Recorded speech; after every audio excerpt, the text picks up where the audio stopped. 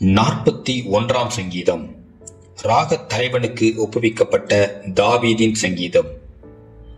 சிறுமைப்பட்டவன் மேல் சிந்தையுள்ளவன் பாக்கியவான். தீங்கு நாளில் கர்த்தர் அவனை விடுவிப்பார். கர்த்தர் அவனை பாதுகாத்து அவனை உயிரோடே வைப்பார். பூமியில் அவன் பாக்கியவானாயிருப்பான். அவன் சத்துருக்களின் இஷ்டத்திற்கு நீர் அவனை ஒப்புக்கொடீர்.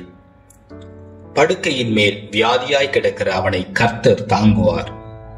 அவனுடைய வியாதியிலே அவன் படுக்கை முழுவதையும் மாற்றி போடுவீர். கர்த்தாவே, என் மேல் இரக்கமாயிரும். உமக்கு விரோதமாய் பாவம் செய்தேன். என் ஆத்துமாவை குணமாக்கும் என்று நான் சொன்னேன்.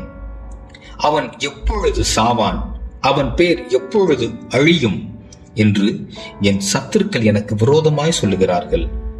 ஒருவன் என்னை பார்க்க வந்தால் வஞ்சனையாய் பேசுகிறான். அவன் தன் இருதயத்தில் அக்கிரமத்தை சேகரித்துக் கொண்டு தெருவிலே போய் அதை தூற்றுகிறான்.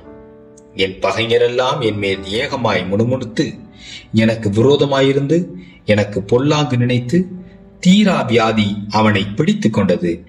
படுக்கையில் கிடக்கிற அவன் இனி எழுந்திருப்பதில்லை என்கிறார்கள். என் பிராண சிநேகிதனும் நான் நம்பினவனும் என் அப்பம் புசித்தவனுமாகிய மனுஷனும் என்மேல் தன் குதிகாலை தூக்கினான்.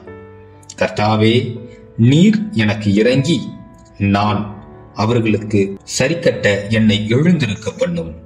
என் சத்துரு என்மேல் ஜெயம் கொள்ளாததினால் நீர் என்மேல் பிரியமாயிருக்கிறீர் என்று அறிவேன். நீர் என் உத்தமத்திலே என்னை தாங்கி என்றென்றைக்கும் உம்முடைய சமூகத்தில் என்னை நிலைநிறுத்துவீர். இஸ்ரவேலின் தேவனாகிய கர்த்தர் அனாதையாய் என்றென்றைக்கும் உள்ள சதா காலங்களிலும் ஸ்தோத்திரிக்கப்படத்தக்கவர். ஆமேன், ஆமேன்.